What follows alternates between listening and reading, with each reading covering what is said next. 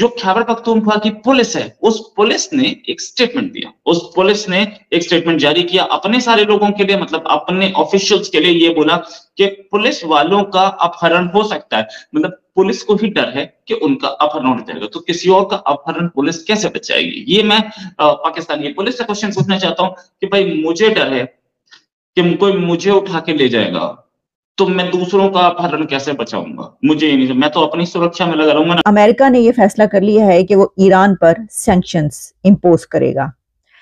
जो जैक सलिवान है, उन्होंने ये ऐलान कर दिया है, अनाउंस किया है कि अमेरिका ने ये फैसला कर लिया है कि ईरान पर पाबंदियां लगाई जाएंगी, ईरान पर सैंक्शंस इंपोज की जाएंगी, लेकिन ईरान के ड्रोन्स प्रोग्राम पर सैंक्शंस लगाई जाएंगी। ये क्योंकि ईरान पर तो पहले ही सैंक्शंस लगी हुई हैं, ये कोई पहली बार नहीं है, अमेरिका ने ईरान पर पहले ही सैंक्शंस इंपोज कर रखी हैं। के महीने में पाकिस्तान के अंदर खुशी ना आ सकी, रमजान का महीना पाकिस्तानियों के चेहरे पर खुशी ना ला सका।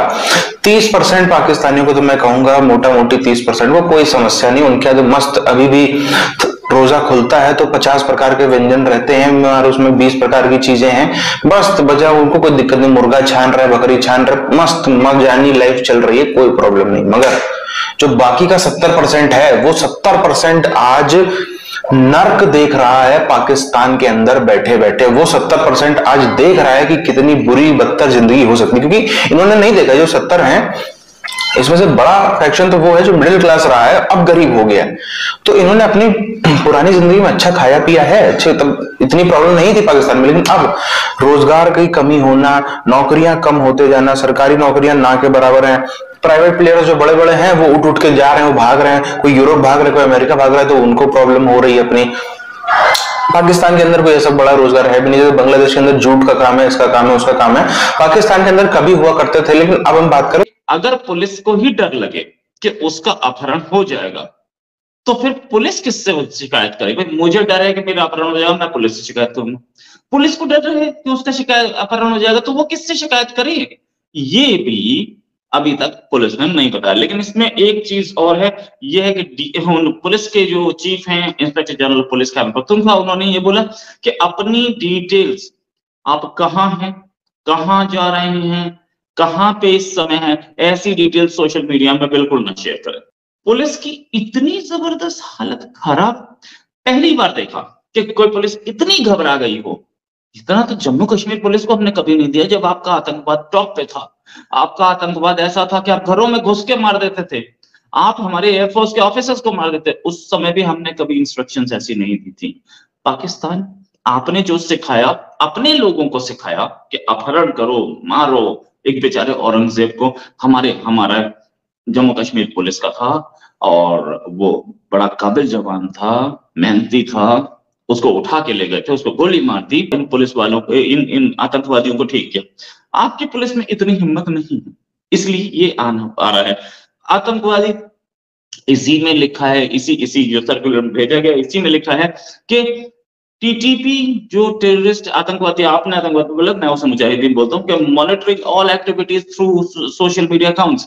मतलब क्या है कि सोशल मीडिया अकाउंट्स के थ्रू वो सबकी एक्टिविटी मॉनिटर कर रहे हैं। अपने फेसबुक से हटा दो, क्या पुलिस में? अपने ट्विटर से हटा दो, क्या पुलिस में है? इंस्टाग्राम से हटा दो, पुलिस में हो, उठा लो इसे। ये यहाँ बैठ के रोटी खा रहा है, उठा लो इसे। ये यहाँ अपने गांव पहुंचा हुआ है, उठा लो इसे। आपके भी तो बहुत सारे लोग हैं पुलिस वाले जो शरीयत चाहते हैं, जिन्होंने 5 बार नमाज पढ़ी है, वो चाहते हैं, वो मांगते हैं कि शरीयत लगाओ। तो ये आज की बात थोड़ी है, आज की कोई नई चीज है क्या? मैं अभी और डिटेल देता हूं आपको। साथ में ये भी बोला गया कि फैमिलीज भी, जो फैमिलीज बच्चे हैं, वो सोशल मीडिया पे ये ना बताएं कि मेरे पिता कहाँ है, मेरे फादर कहाँ है, मेरा बाप कहाँ है, या ये ना बताएं कि हमारा पुलिस में हमारी माँ है, बाप है, भाई है, चाचा है, जो भी है। बहुत सारे, एक मेजर चंक जो है आप खैबर पख्तूनख्वा पुलिस में और पाकिस्तानी आर्मी में टीटीपी को सपोर्ट करता है। और वो जो सपोर्ट करता है, मेजर चंक मतलब 10% के आसपास तो होगा, जो सपोर्ट करते हैं वो टीटीपी को बता देते हैं कि यहाँ पे पुलिस आएगी नहीं, आप यहाँ छुप जाओ। और साथ में ये भी, अच्छा ये भी है कि टीटीपी के खिलाफ कोई ऑपरेशन हो रहा होता है तो टीटीपी को पहले से ही कौन बताता है? आप ही के पुलिस वाले, आप ही के आर्मी वाले। जो कि चाहते हैं कि पाकिस्तान में शरीयत जल्दी से जल्दी नाफिज हो, धमाके होंगे। हालांकि मैं किसी भी तरीके की वायलेंस को सपोर्ट नहीं करता हूं, लेकिन मैं ये तो बोल सकता हूं ना कि आप जाकर के उनकी गाड़ी उड़ा दीजिए, वो पेट्रोलिंग नहीं कर पाएंगे, आदमी कोई नहीं घायल होना चाहिए उसमें। आप उनकी गाड़ी उड़ा दीजिए, आप उनकी खड़ी हुई गाड़ी में बारूद रख दीजिए, उड़ा दीजिए, वो पेट्रोलिंग नहीं कर पाएगा। उसकी बाइक उड़ा दीजिए, उसकी जीप उड़ा दीजिए, ताकि वो आपको परेशान ना कर पाए। वो कहाँ जा रहे हैं ये बात तो आपके पुलिस वाले खुद ही बताते हैं, आपके आर्मी वाले खुद ही बताते हैं कि भाई हमारे लिए तो शरीयत लगाना चाहता है वो, तो हम क्यों इसके खिलाफ बोलें। शरीयत लगाने की बात तो आपके जियाउल हक साहब ने खुद ही की थी ना। जियाउल हक के खिलाफ कितने लोग बोलते हैं। Coming back to the point, मैं इस चीज पे ये भी बोलूंगा कि पूरे खैबर पख्तूनख्वा से बाहर निकल के खतरा ये भी है कि पंजाब पुलिस के कुछ लोगों को उठाया जाए। उठाने का मकसद क्या है? टीटीपी उठाना क्यों चाहती है? टीटीपी एब्डक्शन क्यों करना चाहती है? इसलिए करना चाहती है कि वो अपनी बातें मनवाए। पहली चीज तो जब रिलीज करेगी तो अपनी बातें मनवाएगी। भाई हमारे 5 आदमी छोड़िए, हमारे 2 आदमी छोड़िए, वरना हम आपका आदमी रखेंगे, ठीक है। अच्छा, और कुछ ये टीटीपी के लोगों को पकड़ के और सीधे मार देते हैं, उनको ट्रायल पे नहीं ले जाते। इन्होंने दोबारा टीटीपी की फैमिलीज को नहीं छुआ। ये धमकियां जो थी ये कुछ ज्यादा गलत थी। अब जिस फैमिली को आप, हमारे यहाँ भी जम्मू एंड कश्मीर में बहुत सारे लोग हैं जिनकी जो आतंकवादी थे उनकी फैमिली यहीं रहती थी। उनकी फैमिली को तो किसी ने कुछ नहीं बोला। बुरहान वानी की फैमिली बिल्कुल आराम से जी रही है, उसको तो किसी ने कुछ नहीं बोला ना। तो टीटीपी की फैमिली को ये क्या उठाएंगे और इनको क्या हक है ये काम करने का? ये सारी चीजें देख के पता लगता है कि क्या होने वाला है। अब आगे टाइम है। ईरान की तरफ से जो असलहा इस्तेमाल किया गया है, ड्रोन्स और मिसाइल जो इस्तेमाल किए गए हैं, वो रूसी साख्ता है, रशियन है। तो इस तरीके से कहा जा रहा है कि रशिया ने जो है वो उसकी मदद की है इसमें। वो तो जो भी है मुबैना तौर पर कि जी उसने मदद की है, लेकिन इजराइल पर जो है वो अमेरिका का ईरान के मिसाइल और ड्रोन प्रोग्राम्स पर नई पाबंदियां लगाने का ऐलान है। और इसमें जैक सलिवान ने ये कहा है कि अमेरिका के इत्तेहादी और शराकतदार भी इस किस्म के इकदाम करें, यानी जो अमेरिका के क्लोज पार्टनर्स हैं, उसके अलाइज हैं, वो भी ऐसे स्टेप्स ईरान के खिलाफ लें।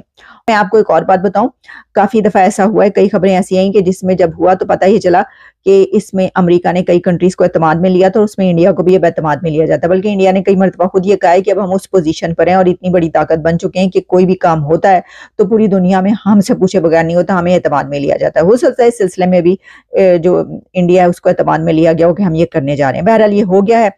और ईरान पर पाबंदियों का जो मकसद है उसकी जो फौजी ताकत है उसको लिमिटेड करना है, ये उन्होंने कहा है।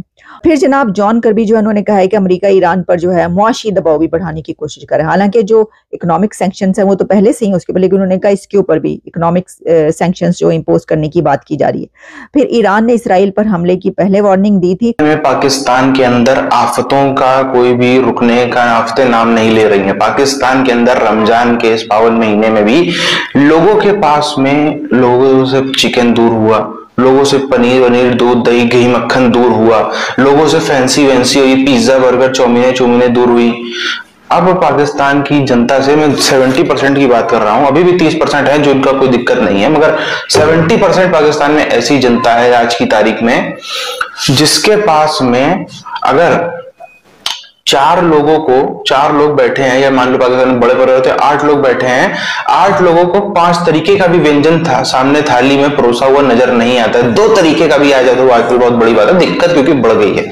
और रमजान के महीने में जो है अब तो पाकिस्तान में कहा जाता है कि 30-40% वर्ग तो ऐसा है जिसके लिए साल के हर हफ्ते में 1 आध दिन रोजा उसको रखना पड़ जाता है। क्यों? क्योंकि खाने की इतनी कमी, पैसे की कमी, महंगाई, हाइपर इन्फ्लेशन। कोई चीज अभी 100 की है अचानक से। अभी देखो रमजान के पहले कोई सब्जी अगर 200 रुपए किलो थी, अब 500-550 रुपए किलो हो गई है। जो पाकिस्तान में एक सिंपल कच्चा अंडा 50 रुपए का था, अब वो हो गया 60, 65, 75। तो महंगाई बढ़ती चली जा रही है और किसी को भी समझ में नहीं आ रहा इससे बचने का तरीका क्या है। तो वैसे तो जो कानून नियम कायदे और कल्चरल चीजें कहती हैं कि शाम को रोजा खोलना होता है, पाकिस्तानी उस रोजा खोलने के लिए बड़ी संख्या में करोड़ों पाकिस्तानी समर्थ नहीं है। उनका हर दिन रोजा है क्योंकि उनके हुक्मरानों ने उनकी फौज ने उनके लिए उनको तोहफे में ये व्यवस्था दी है। ये 47 और बल्कि उससे पहले से 40-30 के दशक से ये चल रहा था कि 2 नेशन थ्योरी, 2 देश बनाएंगे। जिन्ना साहब ने जो मजाक किया है पाकिस्तानियों के साथ, इनके बाप दादाओं का जो मजाक किया था, उसका रिजल्ट अब निकल के आने पड़ा है। अब चीखना चिल्लाना कुछ भी करना कोई भी विकल्प नहीं है। खाली ये लोग यही दुआ करते हैं कि गंदी से गंदी, छोटी से छोटी, कैसी भी नौकरी मिल जाए। अरे कुछ नहीं है, कुत्ते को जो नौकरी मिल जाए, जो पेशा मिल जाए वो हम कर लेंगे, बस हमको विदेश भेज दो। विदेश में जाके क्योंकि पैसा मोटा छापने को मिलता है, वहां पे कमाओ एक, यहाँ पे आगे कन्वर्जन में बढ़ जाता है। इसलिए अब खाली इनके पास में विदेश जाना नौकरी के लिए वही एक रास्ता बचा है।